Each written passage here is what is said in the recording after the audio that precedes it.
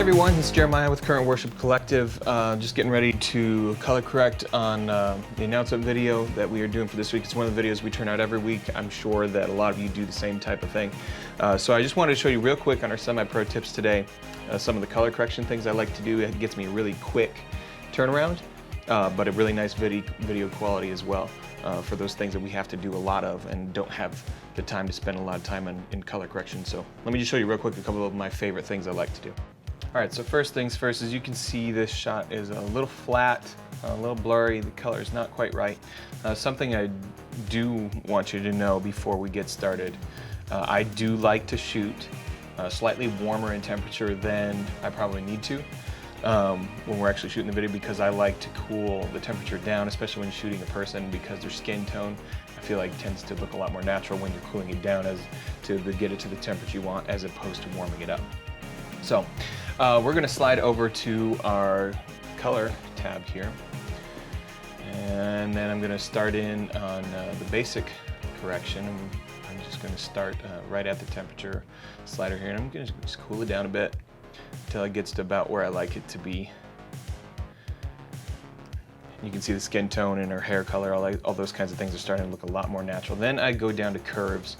And this first part is going to help a lot with the contrast. So I'm going to just, in the brightness one here, start on the bottom end. This is going to change everything that's on the lower end of the spectrum.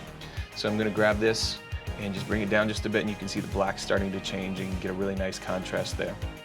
And then I'm going to go over to the green, because there's still just a little bit of green in the shot, and bring it down from the top.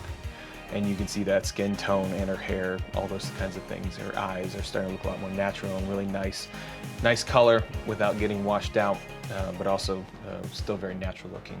Then I go to creative, and I love to go to this faded film and just put on about 40%. And you can see it just makes it nice and even across the board. So that looks pretty good. As you can tell though, it's still just a little bit blurry around her eyes and her nose, her forehead, the hair there especially. So one other trick I love to do is go to this sharpen tool right here. If you just go in your effects and get to sharpen, you can throw that onto your file there. Then you roll down here, and I like to put about 35, and it gets me usually pretty close, and you can see the difference now. It's a really nice clean picture of her, good depth to the background, still natural looking but really smooth. And that only took a couple of minutes, and then that's pretty much the process that I follow every time, especially for these videos that we have to turn out a lot of. We do weekly, and there's several of those kinds of videos. So, and I know there's several of those that I'm sure a lot of you do as well. So hopefully those are helpful to you guys.